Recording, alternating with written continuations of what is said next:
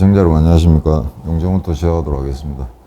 지도 때문에 오늘도 세팅을 이렇게 했는데 조금 어색하긴 한데 양해해 주시기 바랍니다. 인사할 때도 저렇게 삐딱하게 해야 되니까 죄송스러운데, 오늘 녹화하는 날짜는 3월 16일입니다.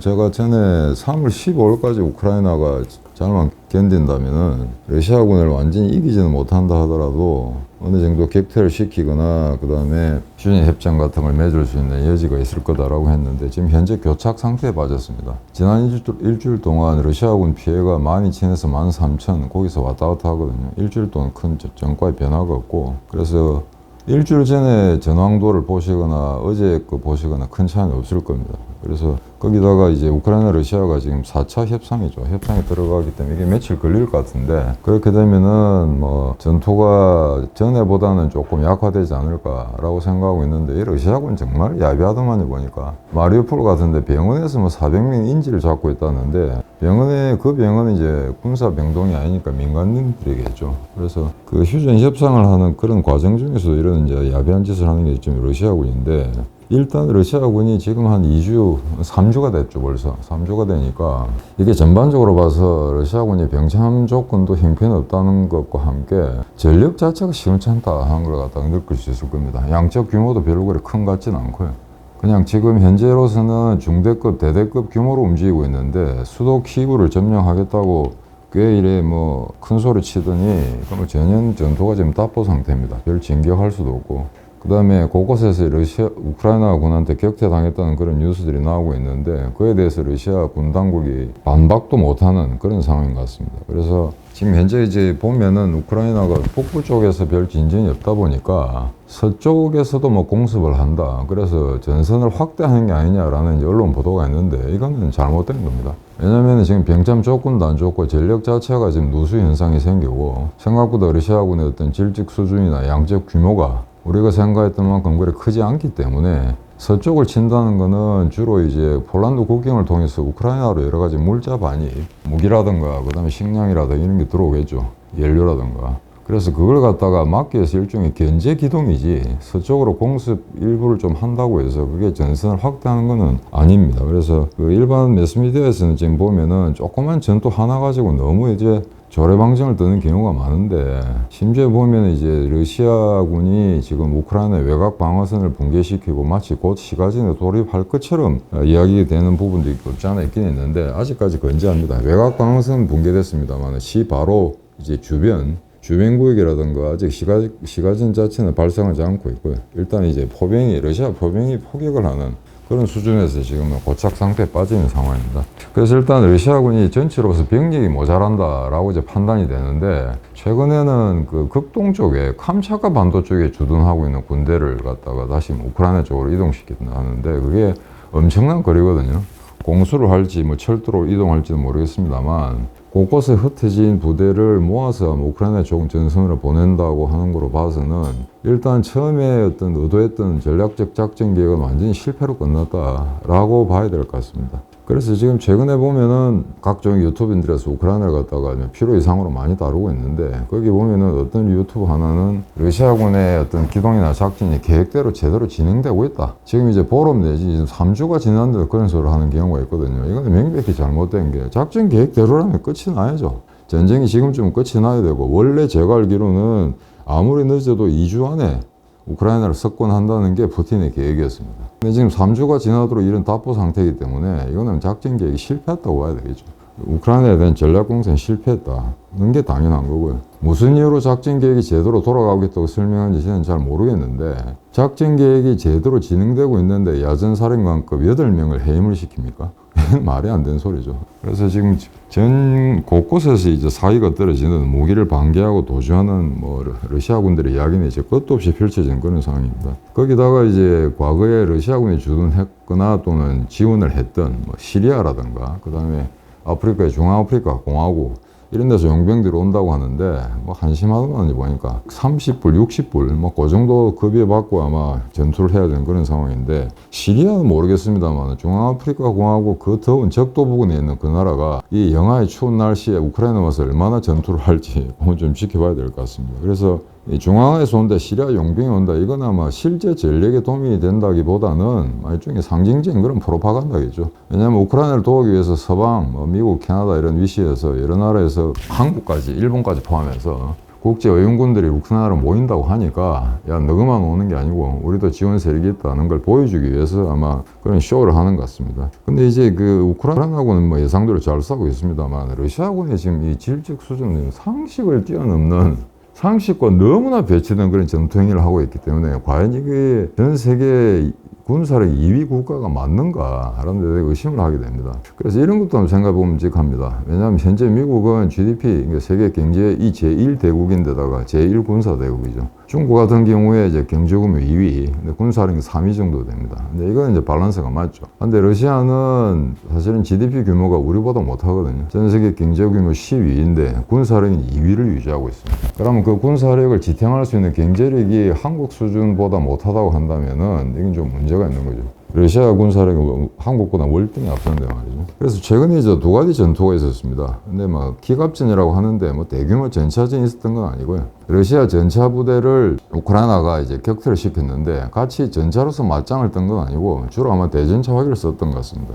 자, 이런 거면 도심 외곽지대에서 장갑차들이 이제 파괴되는 거 이런 사진 여러분들 아마 뉴스에서 수도 없이 봤을 겁니다. 예, 이다 러시아 전차들이 포탑 위쪽에 다 날아가 버렸죠. 그 다음에 이쪽 보시게 되면은 이게 아마 개발지 같고 이쪽이 아마 롤반, 그러니까 소위 말해서 이제 주도로 같은데 어쩌다 이게 야지에서 아마 이렇게 올라오다가 여기서 좌초된 건지 아니면 이쪽에서 밀려난 건지 모르겠습니다만 이것도 우크라이나군에 이제 맞아서 격퇴당 그런 상황입니다.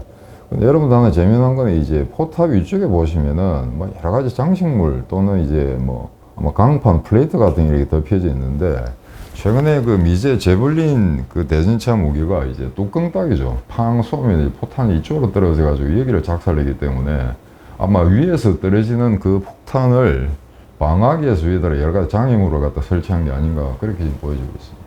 자, 그 다음 보시게 되면은 자, 이겁니다. 러시아 전차가 도로상에 지금 완전히 파괴됐는데 포탑이 완전히 날아가는 상태입니다. 이게 이제 제블린 전차에 아마 격파당한 것 같은데, 대전차 화기에 아마 격파당한 것 같은데, 일부 이제 군사적인 이제 그 지식이 조금 약한 어떤 매스미디어에서는 이 제블린 가지고 소련 전차가 1292대가 격파됐다라고 쓴 기사를 봤습니다. 그건 아닙니다. 러시아 전차 1200대까지 격파된 건 아니고요. 지금 현재까지는 수백 대 정도 파괴된 걸로 알고 있는데 나중에 자세한 통계를 제가 보여드리도록 하겠습니다. 자, 그 다음에 러시아군 기갑군의 어떤 질적 수준을 갖다가 여지없이 보여주는 사건이 하나 있었는데 지금 여기가 이제 키이우입니다. 그래서 이쪽에 이게 드니에프르 강이 흐르고 있고요. 그래서 러시아군이 이쪽에서 북서쪽에서 이렇게 남하하는 거, 그 다음에 북동쪽에서 키우를 향해서 남서쪽으로 진행하는 게 두 갈래 아마 직개발 공격을 하고 있는데, 여기 이제 브로발이라는 데가 있습니다. 브로발이라는 데서 얼마 전에 이제 격전이 좀 벌어졌었죠. 그에 대해서 잠깐 말씀 좀 드릴게요. 여기 키우고 이게 탱크 배틀, 여기 기갑전이 벌어지는데 여기가 아마 브로발이라고 생각하시면 될 것 같습니다.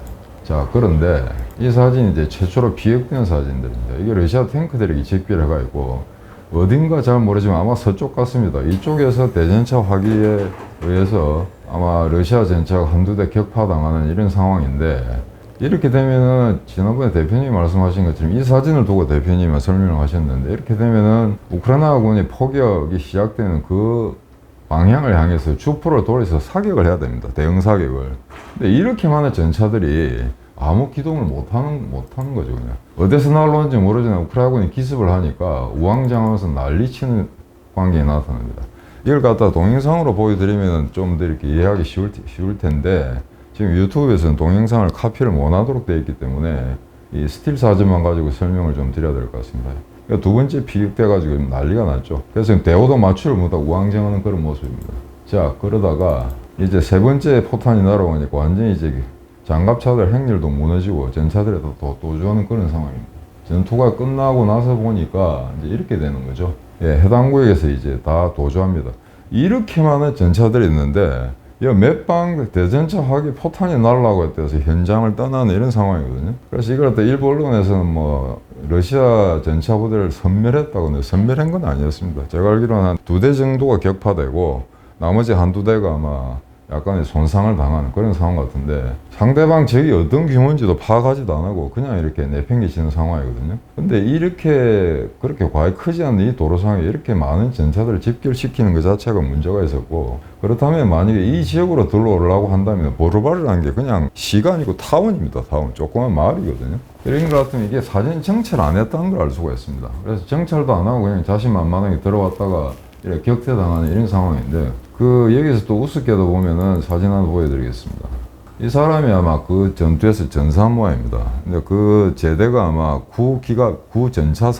구전차사단의 6 아마 전차 연대장인데, 과거에 푸틴과 같이 나란히 사진을 찍음으로써 아마 훈장 수여식 돼 있었던 꽤 유능했던 엘리트 장교였던 것 같습니다. 그런데 어처구니 없게 정찰이나 이런 사주 경계를 게을리하는 바람에 우크라이나의 어줍잖은 이제 반격에 연대장 자신이 아마 전사하는 이런 수모를 당했거든요. 지금까지 이런 거 보면 연대장급 이상이 꽤 많이 지금 전상구로 또는 뭐 중상을 입음으로 그렇게 되는데, 지난번에 한 4명, 6명 하다가 지금까지 10명까지 아마 그렇게 짓게 되는 것 같습니다. 자, 그래서 이걸 보시게 되면은 요게 이제 브로바리, 그러니까 북동쪽에서 남서쪽으로 진행하는 과정이었고요. 또 하나는 아까 말씀드린 것처럼 이 북서쪽에서 우회해가지고 내려오는 게 있는데, 지금 키이우 저 북서쪽에 보면은 차례차례 조그만 타운 3개의 마을이 있습니다. 하나는 그 호스토멜이라고 공항이 있는 데가 있고요. 제가 다시 한번 보여드리겠습니다만은, 호스토멜, 그 다음에 부차, 이런 도시 이름들 아마 여러분 들어보셨습니다. 이르펜. 근데 이르펜이 이제 드네프르 강이 이게 큰 대하고요. 이게 러시아에서는 볼강 다음으로 크고 긴 강입니다. 폭도 꽤 큽니다. 여기 아마 부차, 그 다음에 이르펜이라는 게 이제 드네프르 강이 지류인데, 이르펜을 점령했다고 러시아가 발표를 했는데 사실은 점령 같지는 않습니다. 몇 번 타격을 했습니다만 여전히 우크라이나 수비대가 잘 견디고 있는 것 같고요. 그래서 이쪽으로 이렇게 북서쪽에서 키이우를 갖다가 우회해서 남진하던 부대가 또 하나 경밀됐거든요. 그 사진을 제가 보여드리겠습니다.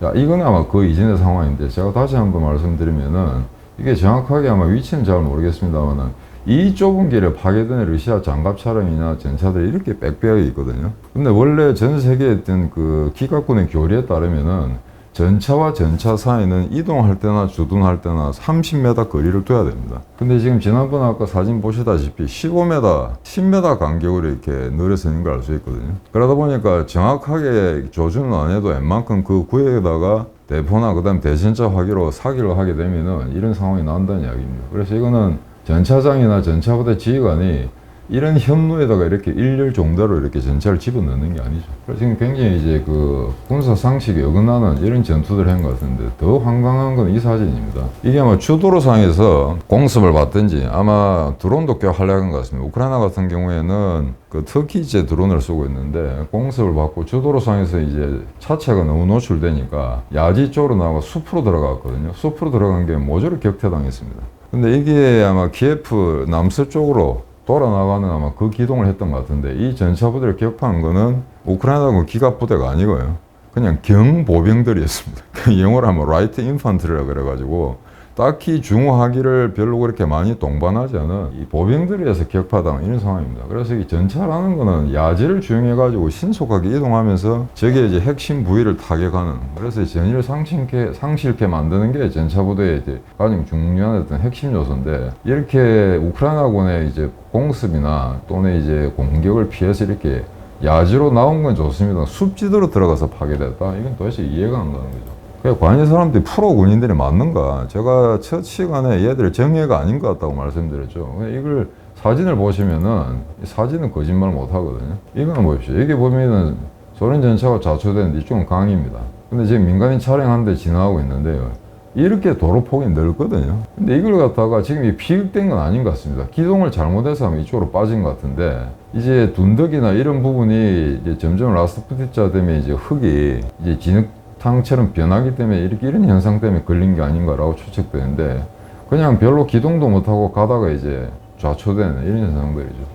이거는 1941년 독소전에서 처음 6개월 동안 소련군이 도울군한테 밀렸다. 그건 어느 정도 이해가 갑니다. 그 당시 전유럽에서 기술적으로 가장 뛰어난 군대하고 붙어가지고 별로 준비도 안 됐던 소련군이 여러 차례 당했다. 그래서 41년 6개월 동안 300만의 사상자, 그 다음에 300만의 포로가 발생했다. 600만이 전투 서열에서 삭제됐다. 이거는 그 당시 상황으로는 충분히 이해가 됩니다만, 지금은 온갖 잡지나 매스미디어에서 세계 군사력 2위라는 나라를 러시아군이 이 정도 실력밖에 없다 그러면은 이건 좀 이해가 안 되죠. 지금 우크라이나군은 아마 승승장구하고 있는데, 그렇다고 해서 지금 전력이 그렇게 뭐 막강하다고는 볼 수 없는 게 계속해서 이제 고갈 국면까지 내려가고 있거든요. 그래 다만 우크라이나군이 잘 싸우는 거는 전차 대 전차의 싸움은 별로 그렇게 많이 벌어지진 않습니다만, 일단 상호 격파 비율을 보면은 우크라이나 전차 한 대 격파될 때 러시아군 전차는 아마 4.5대 정도가 4대 이상이 격파되는 걸로 봐서는 일단 전술적 기술적으로 우크라이나군이 우위에 있다라고 보셔도 될 것 같습니다.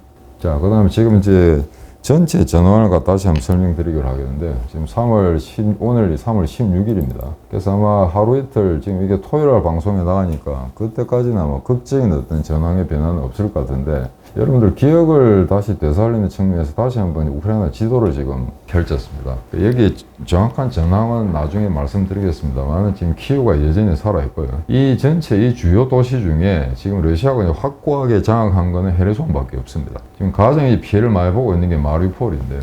이쪽은 지금 완전히 점령한 상태인데, 마리우폴 하나만 지금 한 개 연대 정도가 이제 강고하게 버티면서 지금 다 이제 전투를 이어가고 있는데, 이게 언제 전멸당할지 포위될지는 알 수 없는 상황입니다. 근데 한 가지 웃기는 거는 여기 이제 세베로도네스크라는 데가 있죠. 그래서 이쪽은 주로 이제 친러시아계 주민이 있는 뭐 루간스크, 도네스크, 완전히 지금 현재 러시아의 분당국의 영향권 아래 있는 지역인데, 이쪽으로 러시아군이 쳐들어갔다가 이것도 아마 실패로 끝났습니다. 그래서 이제 남쪽에서 어느 정도 이제 크림반도 이쪽을 다 확보한 상태이기 때문에 동쪽과 남쪽을 연결해서 북진하는 구도가 되면은 좋지 않을까. 그리고 이제 여기 하루키우가 있죠. 하루코프. 이쪽도 지금 현재는 여전히 함락되지 않고 잘 버티고 있습니다. 그래서 이쪽에 몰려있던 러시아군이, 여기는 지도에는 안 나옵니다만, 이줌이라는 곳을 통해서 이쪽으로 이제 남동쪽으로 진격하는 거. 그래서 연결을 시키려고 했는데 그게 지금 잘 안 되고 있는 그런 상황입니다. 그래서 지금 일주일 전이나 지금이나 전체 전황에는 큰 변화가 없는데, 매스미디어나 유튜브에 가장 많이 나오는 지도를 제가 하나 보여드리겠습니다. 여기 지금 3월 15일자인데, 이게 과거에 아마 유튜브나 또는 이제 인터넷에서 사진을 한번 찾아보시기 바랍니다. 전황이 크게 바뀐 게 없습니다.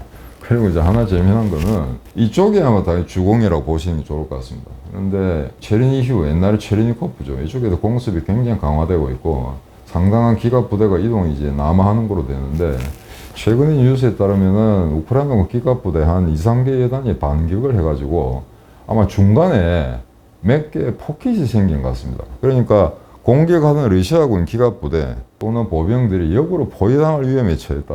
근데 지금 현재 시간에 포위를 하긴 했습니다만, 그렇다고 해서 포위망에 있는 러시아군 전력을 완전히 경멸할 수 있는 그런 전력은 우크라이나군이 갖고 있지는 않습니다. 그러니까 수도로 가까이 다가오는 적 병력을 격퇴시키는 것은 가능한데, 그걸 다시 이제 반격을 가해서 적군을 경멸시키는 그런 수준까지는 지금 안 되는 상황이고요. 아무리 국제 우인군이 한 2만 명 들어오고 그 다음에 물자 지원이 이루어지고 있다 하더라도 지금 현재 자국을 지키는 것만 해도 정신없기 때문에 도주하는 적을 따라가서 아마 섬멸시키기는 어려운 상황 같습니다. 되게 어떤 혹자는 왜 그러면 우크라이나는 모스크바를 폭격하지 않느냐, 이런 이제 황당한 이야기를 하시는 분도 있는데, 지금 모스크바까지 나라를 폭격기도 없고요. 지금 자국의 어떤 주요 도시를 방어하는 것만 해도 정신없는데, 러시아 본토로 들어간다는 것은 그건 지금 상상할 수 없는 이야기죠. 그럼 조금 더 자세한 사진을 보도록 하겠습니다. 자, 이게 이제 그 포탄이 막 들어진 것 같이 이렇게 이미지로 표시된 거의 전투지역인데, 이렇게 되면은 이 우크라이나 전토가 아마 큰 전쟁터가 된 것처럼 이렇게 보일 수도 있는데, 사실은 주요 전투는 키예프 주변입니다. 제가 지난번에 말씀드린 지토밀은 현재 공습만 하고 있는 상태고요. 이르핀 여기가 지금 중요한데 바로 옆에 있는 붙어있는 소도시이기 때문에 이게 서로 같으면 안양쯤 될 겁니다. 그래서 여기에 아마 상당한 격전이 지금 진행되고 있다. 근데 격전이라고 해봐야 그 대대 전술단으로 운영하지 않습니까, 러시아군이. 그런데 막 그 실제 공격도 아마 중대 규모, 대대 규모로 하고 있는 것 같습니다. 그래서 1차 공세 때 소위 말해서 자기들이 이제 대내적으로 꽤 자신있게 이야기했던 대대 전술단이 제대로 이제 역할을 못 했기 때문에 이걸 아마 여단 또는 사단 편제로 아마 지금 변경시키려는 것 같습니다. 그래서 요 며칠 동안 진행되는 그 협상 기간 동안에 우크라이나 군도 아마 자체 전력을 추스릴 거고요. 러시아 군도 아마 기존 대대 편제에서 여단이나 사단으로 그렇게 이제 편제를 바꾸고 이제 충전과 보급에 집중하는 그런 시간을 가질 것 같습니다. 그래서 하르키우는 지금 이제 바로 러시아 국경에 접해 있는 도시임에도 불구하고 굉장히 잘 버티고 있고요. 그래서 이게 옛날에 러시아 발음은 이게 추구예프인데 지금 우크라이나 말로는 추이구라고 해야 되나? 굉장히 어렵네요. 그래서 아까 말씀드린 것처럼 이쪽에서 발진한 소련군 부대가 이줌을 통해서 이쪽 남동쪽으로 진격하는데 이것도 아마 좌절된 것 같습니다. 그리고 이쪽 남동쪽에서 북서쪽으로 향해서 북진하던 그룹도 우크라이나군의 선전에서 좌절된, 그래서 이쪽은 이제 별 볼 일 없는 그런 상태가 됐고요. 그 다음에 이제 남쪽의 문제인데 지금 여러분들 아마 민간인들이 이제 파괴당하고 하는 사진들 보시면 여기가 마리우폴이 제일 심합니다. 의도적으로 얘들이 이제 병원을 폭격하고 학교, 교회, 그다음 민간인들 이제 집중적으로 거주하는 지역에다 집중 폭격을 퍼붓는 이런 기 때문에 이게 아마 나중에 전쟁 범죄에 아마 해당되는 그런 내용들은 대부분 이 구역에서 발생하지 않을까 그렇게 지금 생각되고 있습니다. 그 다음에 요 지도는 조금 이상한데 지금 현재 자포리지아라는 데까지 아마 완전히 점령한 것처럼 지도에 나타납니다만 이거는 좀 아닌 것 같습니다. 이 구역까지 러시아군이 기동을 하고 있는 건 확실한데 지도에 나타난 것처럼 이 지역까지 완전히 장악한 것은 아닌 걸로 알고 있습니다. 자, 그 다음에 이제 서쪽이 문제인데요. 여기 잘 보시면 만약에 마리우폴이 갑자기 넘어가게 된다면은 우크라이나는 큰 곤란을 겪게 되는 게 흑해 쪽으로 진입할 여지가 사라지게 됩니다. 자, 그 다음에 가운데 크림 반도를 두고 지금 격전이 벌어진 데가 미콜라이우죠. 그다음에 헤르손이 이미 점령당했고요. 그래서 오데사 이게 이제 키이우하고 하르키우 그래서 세 번째 3대 도시입니다. 항구 도시인데 굉장히 기묘한 이제 항구 도시인데 여기를 아직 러시아군이 점령을 못 하고 있거든요. 그래서 가급적이면은 헤르손에서 점령을 했기 때문에 병력을 모아서 미콜라이우를 기습을 때리고 그 다음에 오데사를 갖다가 육지에서 점령하는 걸로 이렇게 생각했는데 미콜라이우에 들어가는 부대들이 번번이 지금 격퇴당하고 있습니다. 그래서 오데사를 육지에서 장악하는 것은 지금 사실상 어렵게 된 상황인데 문제는 그러면 해상에서 해병대가 육전단이 상륙하면 되지 않느냐라는 이제 생각을 해볼 수 있는데 이게 쉽지가 않은 것 같습니다. 왜냐면은 그 러시아가 지금 2차 대전 때 크리미아 쪽에 상륙작전을 해본 적은 있습니다만 그런 대규모 상륙작전을 전개해본 바가 없고 그 다음에 한 일주일 전에 함정 내척으로 오데사를 친다는 뉴스가 있었거든요. 근데 그 함정 내척은 거의 불가능하죠. 오데사 이쪽에 우크라이나가 방어 부대가 아무리 취약하다 한다 하더라도 상륙을 하려면 최소한 20정 전주에 함정이 있어야 되는데 겨우 4척. 그래서 거기다가 그것까지 안 되겠다 해가 2배로 해서 8척을 준비해서 오데사를 이제 기습하는 걸로 했었는데 그 작전도 아마 완전히 물 건너간 것 같습니다. 왜냐하면 지금 유력한 보도에 따르면은 오데사 이게 해안에 있던 러시아 함정들이 전부 철수했다고 합니다. 이 세바스토폴 이쪽으로, 크림반도 쪽으로. 그래서 이쪽에는 우리가 잘 알 수는 없습니다만 풍랑이 굉장히 심하고요. 그 다음에 기후 조건이 안 좋아서 배들이 추간에 막 상륙하는 건 상당히 어렵지 않나. 그래서 해상에서 오데사를 점령하는 것도 어렵게 됐다라는 게 현재까지 판단인데 만약에 러시아군이 지금 마리우폴을 함락시키고 흑해를 완전히 장악한다든지 아니면은 이쪽에 이게 아조페라 그러죠. 이쪽까지 만약에 장악하게 된다면은 그러고 나서 협상이 됐다 이러면 이제 큰일 나는 거죠. 왜냐면은 자기들 러시아군이 점령한 지역은 더 이상 안 내놓으려고 할 겁니다. 그러고 나서 정전하자, 그 다음에 수도를 더 이상 공략하지 않겠다 이런 식으로 만약에 조건이 형성된다면은 우크라이나는 밀이라든가 농산물을 수출해야 되는데 바다 쪽과 접하는 지역을 완전히 잃어버리기 때문에 육지를 통해서 모든 수송에 의존해야 되거든요. 이렇게 되면 어마어마한 비용을 지불해야 되죠. 그래서 지금 현재 미콜라이브라든가 마리우폴 같은 데서 사력을 다해서 지금 우크라이나군 주민들이 버티는 게 그런 이유가 있지 않는가 그런 생각도 좀 해보겠습니다. 그래서 아조페, 흑해 이쪽을 갖다 완전히 장악하게 된다면은 이렇게 되면 우크라이나로서는 굉장히 이제 궁지에 몰리는 그런 상황이 되는 거죠. 그래서 가장 합리적인 어떤 그 군사 승리에 따른다면 러시아군이 이쪽만 장악하고 철수해도 이걸 만약에 우크라이나에 뺏기지 않는다면은 그것만 하더라도 전술적으로 러시아군은 이제 이득을 가져갈 수 있는데 푸틴이 이걸 가지고는 양보할 생각이 없죠. 계속해서 아마 푸틴의 생각으로는 계속 확진을 하겠다는 것 같은데 그럼에도 불구하고 협상의 여지라든가 그 다음에 정전협정 이런 걸가 전혀 달성이 되지 않는다라는 것은 아니기 때문에 여러 가지 조건은 지금 가능성을 열려있기 때문에 이거는 좀 더 두고 봐야 될 것 같습니다. 그래서 키예프 쪽을 현재 꽤 장기간 포위를 하고 있는데 이게 지금 러시아군이 특별히 이게 실력이 없어서 그런 건지 아니면은 정말 진정한 의도가 없어서 그런 건지 잘은 모르겠습니다만 대개 어떤 주요 도시를 포위를 할 때 그냥 이렇게 일렬 횡단이나 일렬 정도를 이렇게 포위하는 게 아닙니다. 그러니까 두 개의 링을 만듭니다. 그러니까 내선 포위망, 그 다음에 그 외곽 포위망. 그 외곽 포위망하고 그 다음에 내선 포위망의 거리는 도시 크기에 따라 다릅니다만 대개 2.5km 정도로 잡고 있거든요. 근데 지금 외선 방어선, 내선 방어선 그런 거 뉴스에 일체 나오질 않습니다. 그러니까 우크라이나 군 당국에도 그런 이야기가 없고요. 그래서 정말 얘들이 시가전을 할 그런 의도가 있는지 그건 굉장히 불투명합니다. 현재 러시아군의 실력이나 그 다음에 각종 이제 부대의 어떤 이동이나 위치 같은 걸 보자면은 시가전을 할 의도가 없는 게 아닌가라는 생각이 드는데 지금 현재 이 많은 도시 중에 헤르손 빼고는 어느 하나 점령한 게 없다는 거거든요. 그 말은 뭐냐면 러시아군이 시가전을 굉장히 겁으려고 했다는 이야기입니다. 이건 우리가 잘 아는 너무나 유명한 이제 독소전 1942년에서 1943년 2월 1일까지의 스탈린그라드 전투를 보시게 되면은 이긴 자도 어마어마하게 피를 흘리게 되거든요. 진 쪽도 마찬가지고. 실제 스탈린그라드 같은 경우 예를 들자면은 독일군이 이제 25만 정도가 경멸됐다. 그리고 그 중에 9만 명이 소련군에 포로가 됐다라는 게 이제 공식적인 집계인데 그러면 1942년 8월부터 1943년 2월까지 소련군은 얼마나 당했는가? 그러니까 소련군은 스탈린그라드 전투를 이제 승리로 잡았죠. 하지만 전 병력이 100만이 사망했습니다. 그러니까 상처뿐이 영광이라고 할 수도 있습니다만 여간 스탈린그라드는 2차 대전 전환점 중에 하나인데 지금 키예프 같은 경우에는 만약에 러시아군이 섣불리 들어갔다고 할 경우에 현재 어떤 그 젤렌스키 정부나 그 다음에 일반 시민 그 다음에 우크라이나군의 사기나 어떤 그 응집력, 그 다음에 어떤 죽음을 무릅쓰라도 조국을 구해내겠다는 그런 어떤 정신력 측면을 본다면은 결코 쉽지 않다는 거. 그래서 아마 계속 키예프 주변에서 우왕좌왕하는 게 아닌가. 현재까지는 그런 식으로 지금 평가를 하고 있습니다. 1분 여기까지 하도록 하겠습니다. 감사합니다.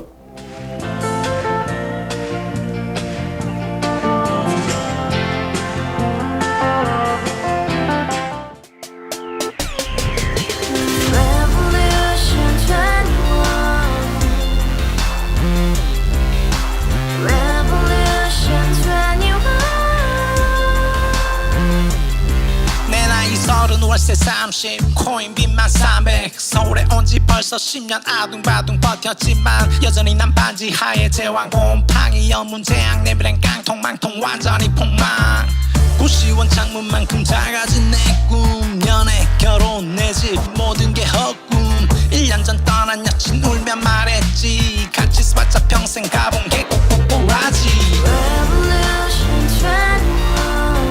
가바후스 700 나도 소유주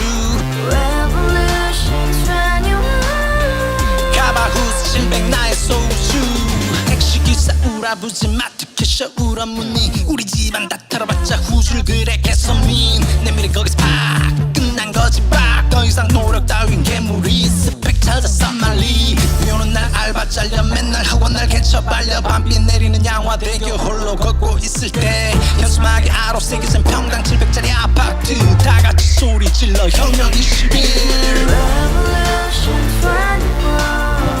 가바후스 700 나도 소유주